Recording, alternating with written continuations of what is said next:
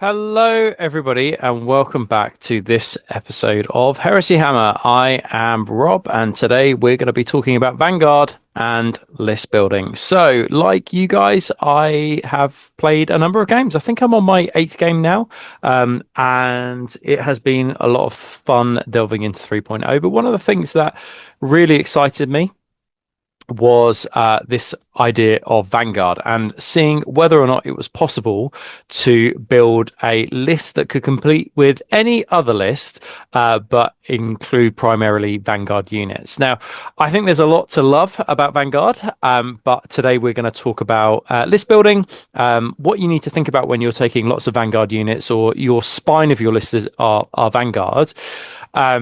As well as the supporting units in order to be able to get the most out of those Vanguard units.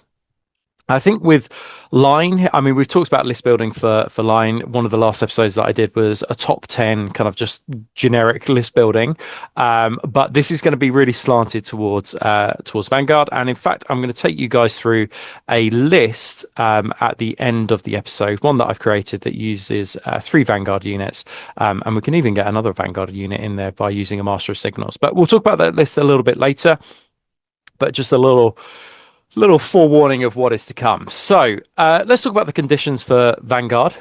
So these were updated in the errata very, very quickly, and probably rightly so as well, because in the rule book, the conditions for scoring Vanguard basically meant that it was very rare that you were going to ever get it off. But the Vanguard has changed, as I say, thanks to the errata. So the conditions for Vanguard and some of the rules around it. So basically, you can only ever score one VP with a Vanguard unit. So if it says Vanguard 1, Vanguard 2, Vanguard 3, Vanguard 4 in it, essentially, it doesn't matter if that VP that you're standing on and you control it is worth 3 VP. You can only ever score 1 VP for it. So in terms of the scoring game, Vanguard units are always going to struggle if it's just trying to compete with line units standing on objectives. That is not how Vanguard based armies are going to be able to win.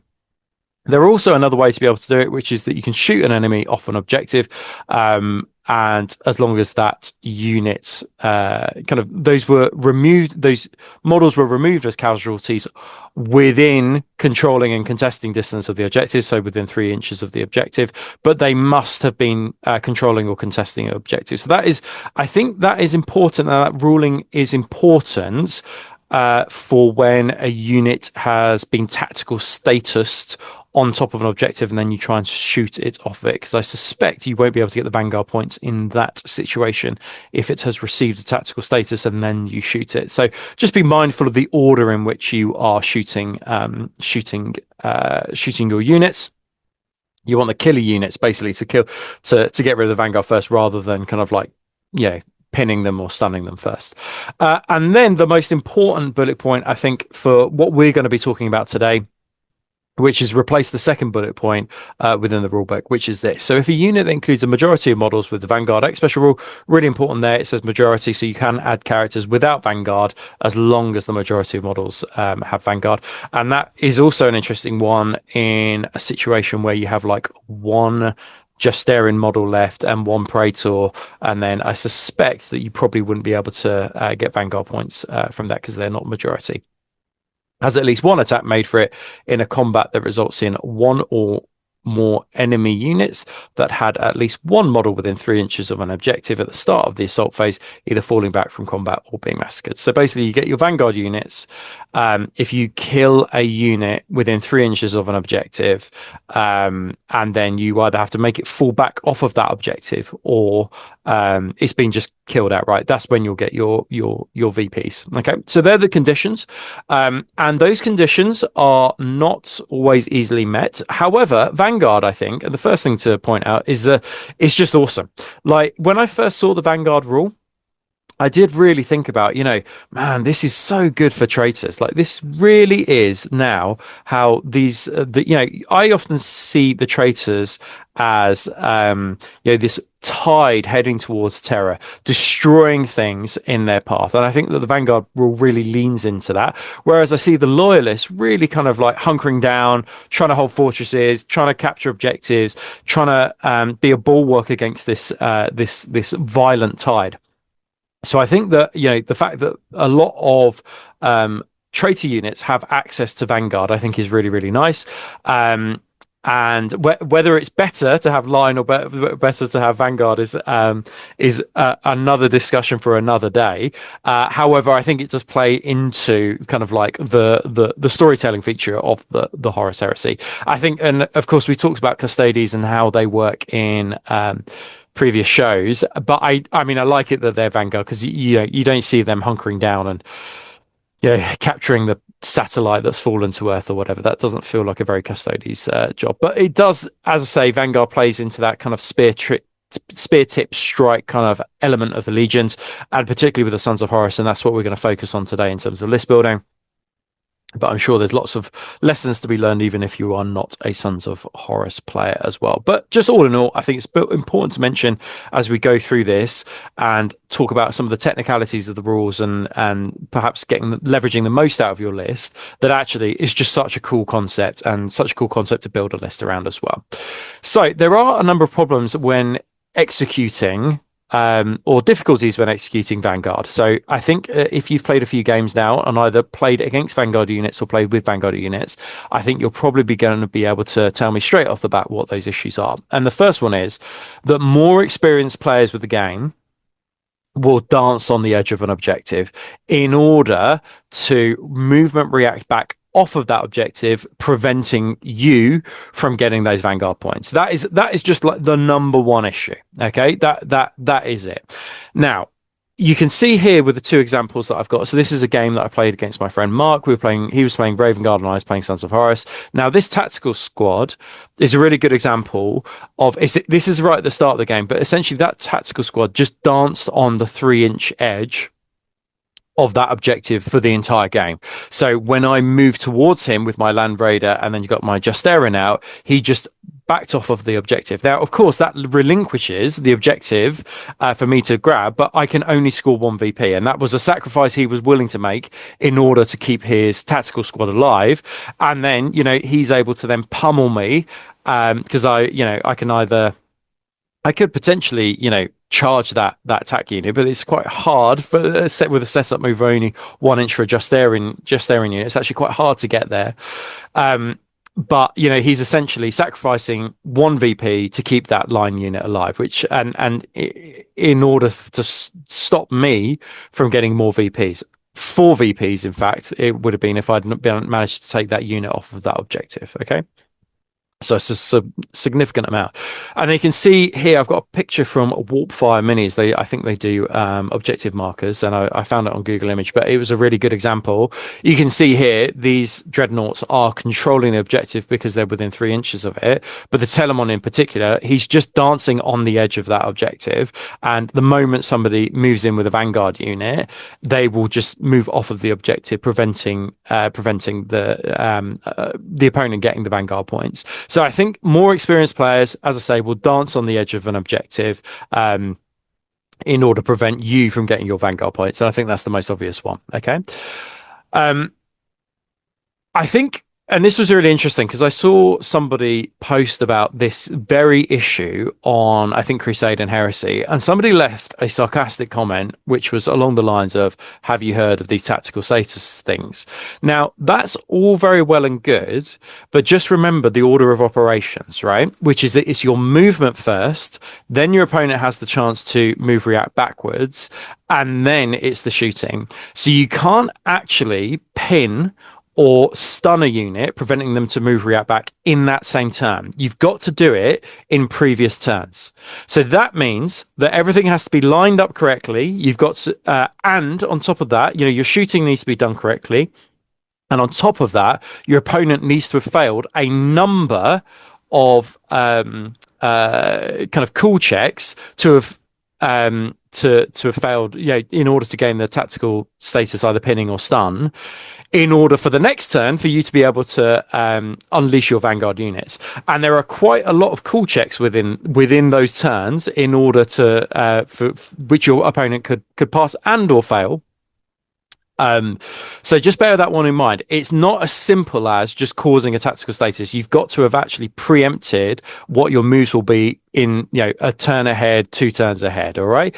And on top of that, it means that your opponent needs to have failed, their initial pinning check, and then the checks to be able to get back into the fight, right? Or the initial stun check and the stun checks to be able to get back into the fight, particularly if they've got a Nuncio Vox. Okay, so just bear that one in mind. In Vanguard, I think you need a number of things to go your way to be able to pull it off, despite it being a really, really cool aspect of the game. But this is something that we are going to kind of like consider now, and the things I think you should consider when building a list which is Vanguard heavy. So this is my advice to you because of those difficulties with executing it. So the first one is Vanguard units need to be winning comprehensively, right? Now that might sound just like such an obvious thing to say, but in order to maximize those points, they've got to win, win, win. All right. So think carefully about, are you sending in like a small Vanguard unit into an opponent, or are you sending in like a chunky, massive unit of Terminators in that is going to comprehensively win? Like 5 Vanguard vets going against or 5 Vanguard vets with 5 power swords going against a Contemptor Galatas is not going to fare very well, but a 10-man Justarian squad with Chain Fists and Thunderhammers and things like that is going to fare much better. So I think you need to pick and choose what you're fighting against, but you need to ensure that you're winning comprehensively in each of those combats. So pick your targets carefully, and when list building, make sure that those Vanguard units have enough punch to guarantee those Vanguard points. All right. It sounds obvious, but it's not something to underestimate. And also on top of that, where you can take a banner, I would advise taking a banner, and where you can take Vexillers, I'd advise taking Vexillers to help you with that combat resolution. If you're a word bearer, you get +1 on top of that anyway, which I think is pretty nice, which they can combine with their Vanguard units. Another point, which is knock out those nuncios and those sergeants where possible with precision. All right. So we talked about, actually, it's not just, you can't do it in the turn because of the order of operations. You've got to be able to stun and pin these units if you want them to stick around on objectives. You've got to get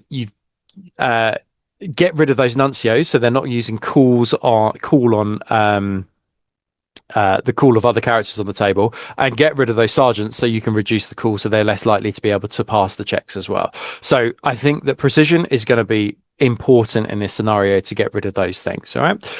Units that cause pinning and stun, to keep units where they are and hope they fail. Be careful with your shooting Vanguard though. This may prevent you from scoring it. So just going back to those initial rules, that first bullet point did make it clear that if you're shooting a unit off an objective, they've got to be able to contest and control the objective. And I believe that if you've got a tactical status, basically you can't do either of those things. So if you are a shooting Vanguard unit, think carefully about whether or not pinning and stunning is going to play into your favor. Are you going to pin and stun, and then it's going to stop that unit from actually contesting or scoring that objective, and then you can't claim those Vanguard units? So be careful of that one and watch for that one.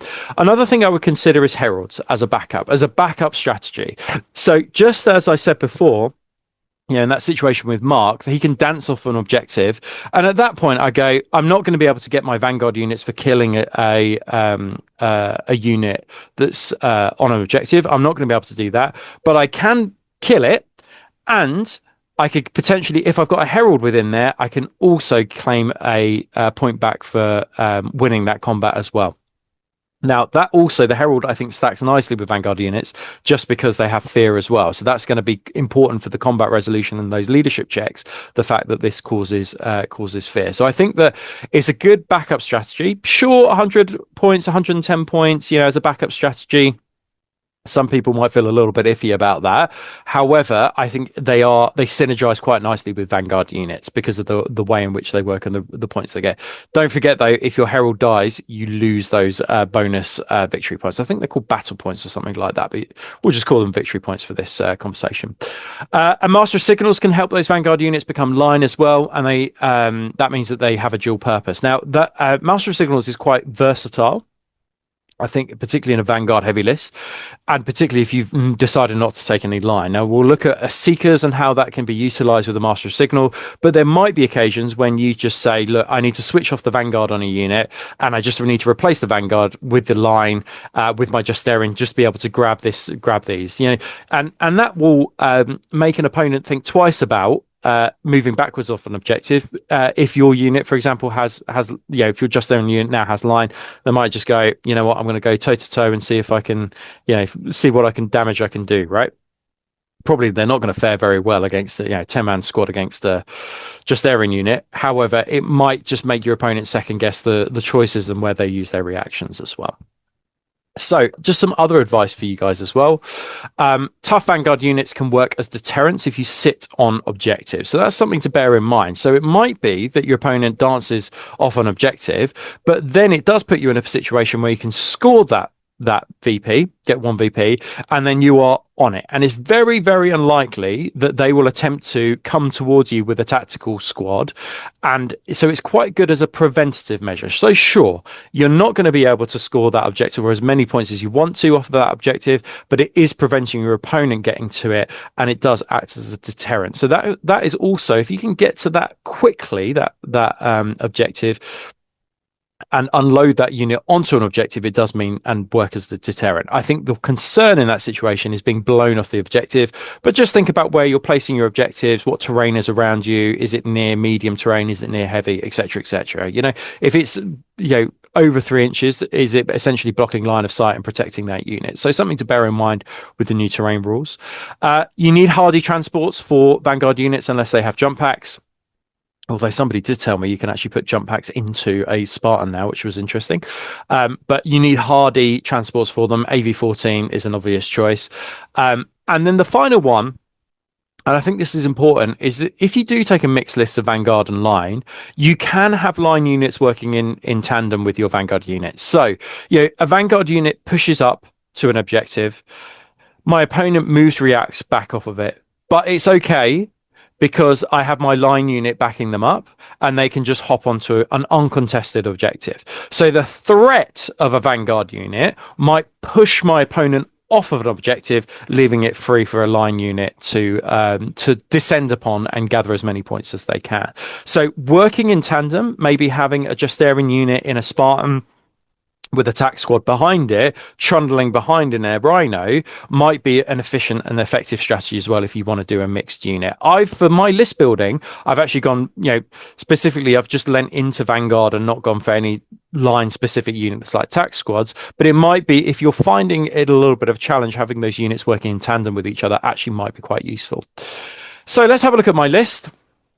So this is 2,975 points. I've gone for a high command. I've gone for a Praetor, and he's got a Paragon Blade and a shield as well for 140 points. Now, I did have actually enough points to play around with in terms of maybe upgrading him to Cataphractii armor, so he has heavy. But I just like the look of a shield on like a Praetor, a nice transfer on it. So I think it'd be pretty cool, and it does gain him the heavy rule. So the Justarian unit has all the benefits of heavy. The Praetor, of course, because it's got Master of the Legion as well, he's going to be able to have an extra reaction from that. Now, he is unlocking the Apex Detachment and Army Vanguard, which gives me 3 elite units. One of those elite units is actually allowed to be a prime. So it's up to you how you use that prime slot. I've used it to take a logistical advantage. But in that first elite slot, I've taken a 5-man Justarian unit. They've got 2 pairs of Lightning Claws and then 3 Thunder Hammers for 325 points. And then I've taken 2 Seeker squads, bare-bone Seeker squads at 105 points each.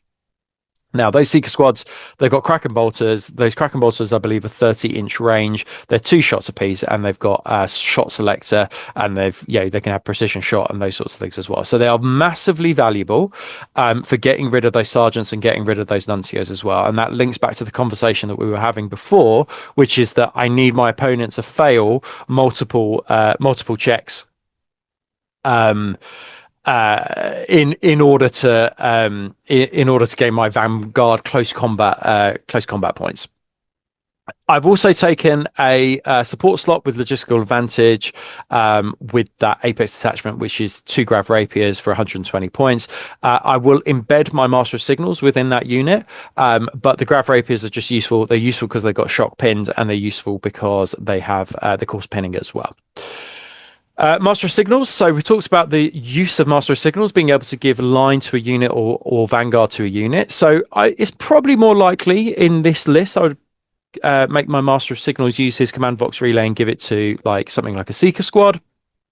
give line to a Seeker squad, and I think that works quite well. You know, you have a situation where your Seeker squad has infiltrate, they can infiltrate straight onto an objective, and at the start of the turn, I can use my Vox relay from my Master of Signals to give them line, and then I put them on a 3-point objective, so they're now getting 4 points, all right? So those Seeker squads double up as a little bit of scoring for me, but they can work in synergy with the Master of Signals and claim victory points, as well as kill Nuncios and kill Sergeants as well. Now, the Master of Signals, he's taken in the command slot that has a prime benefit, and he's going to be unlocking a fast attack slot with logistical advantage. And that is 2 land speeders with 2 grav guns each, and that's 140 points. So those zipping around the board, again, like the grav rapiers, they have shock pinned and they cause pinning as well. So I'm hoping that a couple of units will fail, a couple of line units or scoring units will fail some tactical status checks and continue to fail those checks as well, now that I've taken out the Nuncios and the Sergeants. Now, the Master of Signals is going to be unlocking an auxiliary detachment, and he's going to be taking shock assault. So this is 2 heavy assaults units, and these are going to be my 10 Reavers. So exactly the same, 10 Reavers with 3 Power Fists and then a Vexilla, and that comes in at 300 points. Now, it's up to you if you want to remove a Reaver. You can do and add a couple of extra power weapons. Yeah, this is just a basis for discussion more than anything else, but it gives you something to play with. But I like the idea of the Vexilla being in there and the ablative wounds of the other Reavers with chain axes, and then to keep the power fists alive. I think will work really, really nicely. And both those Reaver units have Vanguard 3, and what I didn't mention was that the 5-man Justerian unit has Vanguard 4 as well. So these are heavy-duty Vanguard units, going for the head of the snake, going for those scoring units as well, which I think works pretty nicely. Now, over to my next 2 auxiliary detachments and my next 2 command slot choices. So I've got a Herald with a Power Fist at 110 points, and he is unlocking Armored Support, which is an auxiliary detachment, and I'm going to be taking 2 Vindicators at 140 points each. Now, these Vindicators cause stun, which I think will be massively useful. I mean, their destructive strength 12 power is impressive, but also I'm taking them for the fact that they cause stun on the tactical status. And then I've taken a second Herald with Power Fist, and he's taking the Armored Fist auxiliary detachment, and then within that he's taking 3 Land Raiders with las cannons. Okay, and additional las cannons, and 1 Justerian is going to use one of those Land Raiders, and then the 2 Reavers squads are going to use those Land Raiders as well. Now, where do those heralds go? Of course, they go with the Reaver squad. So the Reaver squad's either going to be, it'd be great if they can get some of their Vanguard points, and then if they're winning those combats, the herald will get some extra points as well. And then that Reaver squad can, of course, score a VP for standing on objective as well. So what you're hoping is you get, after beating up or bullying a tactical squad, you get 5 VPs out of that. 1 from the herald, 1 for just scoring the objective, and then 3 for killing the unit that was on the objective, which is like perfect scenario. So pretty nice. And we talked about the benefit of the herald and the fact that the Vexilla can then combine with the fear, making it harder for my opponent to pass their leadership checks, and more likely that they'll run away. And then my Praetor is going to go with my Justerian. Feels only right for a Justerian and Praetor to go together, and that's of course why I've given him the boarding shield to give him heavy. And just a bit of a close combat beast in that one. So that is the list. I think it's a small elite list, and I think this is going to be one of the issues you find with Vanguard lists, which is that unless they've got jump packs, they're going to have to take transports, like fairly heavy duty transports, to be able to get them to where they need to go. But I feel the list does a little bit of everything. It causes some tactical statuses. I've got some cool characters in there. The transports are survivable. I've got units that are really focused around line. I've got some flexibility with my Master of Signals in there as well, with the line and giving things Vanguard. I can always give Vanguard to a Seeker squad, which might be quite nice if I want to shoot something off an objective. I think that would be pretty tasty. Don't forget, you can always give Vanguard to a Vindicator or Vanguard to a Land Raider or something like that as well. That is possible with the Master of Signals. It's not a infantry unit that has to get it. Tanks can get it as well. You can play around with the last 25 points. You might want to put searchlights on things, put a couple of power weapons in a squad of Reavers or something like that. You've got 25 points to play with. But hopefully that's been useful, just to talk through some of my thoughts around Vanguard and building Vanguard and having Vanguard as the spine of your list. And then hopefully this can open up a bit of a discussion in the comments down below. Maybe give me your thoughts on Vanguard. Is it impossible to use? Well, how have you found it? How have your games been against less experienced players and more experienced players? Has there been a little bit of a difference there as well? It'll be great to get your thoughts on it. Let me know what you think. And just to finally just wrap up this episode, just to say thanks ever so much for watching. Don't forget to like and subscribe. Please, if you want to go support us creating more shows, we do more shows just like this over on the Patreon. And I think we're really digging down into the movement phase and the shooting phase this month within our Heresy Tacticas and unlocking those, getting the most out of them for you guys. Don't forget to, as well, with ramping up kind of like our normal scheduling, it's been a bit of a whirlwind over the July and August. So if you want to send in list questions, send us some lists, you can heresyhammer30k@gmail.com, and we'll cover those in the community show as well. As for that, though, thanks ever so much for watching, and we shall see you on the next one. Take care and enjoy your games of the Horus Heresy. Take care, guys. See you soon.